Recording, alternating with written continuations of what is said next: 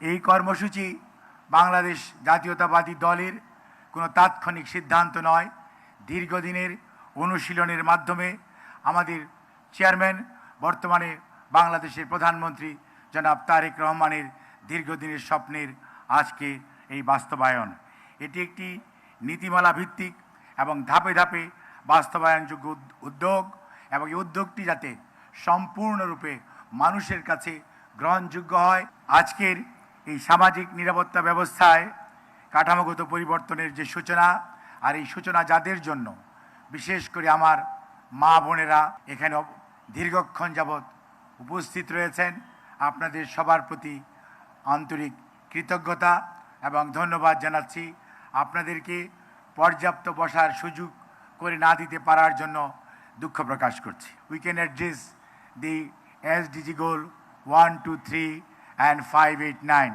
So in the other way, the family card will alleviate the poverty and help our nation to achieve the SDG target. বিগত স্বৈরাচারের সময় যেভাবে তালিকা করে নিজেদের দলীয় লোকদেরকে কার্ড দেওয়া হয়েছে, সেগুলো থেকে বেরিয়ে এসে মাননীয় প্রধানমন্ত্রীর বক্তব্য হচ্ছে, চিন্তা ভাবনা হচ্ছে, যারাই বাংলাদেশের নাগরিক তারাই এই কার্ড পাওয়ার উপযুক্ত এবং সবাই কার্ড পাবেন, বাট সবাই সুবিধা ভোগ করবেন না।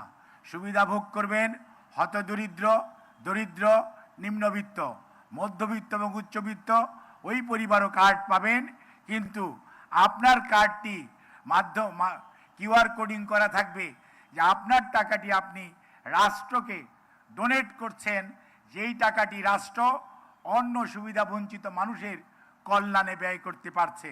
অর্থাৎ আপনি যে দেশের নাগরিক, এই রাষ্ট্র স্বীকৃতি দিচ্ছে, you have got the every rights to get a family card, so we can address the issue like other developed countries, one citizen one card. এভাবেই আমরা এগিয়ে যেতে চাই এবং সেই জন্যই মাননীয় প্রধানমন্ত্রীর নির্দেশক্রমে এটির যাত্রা শুরু হয়েছে।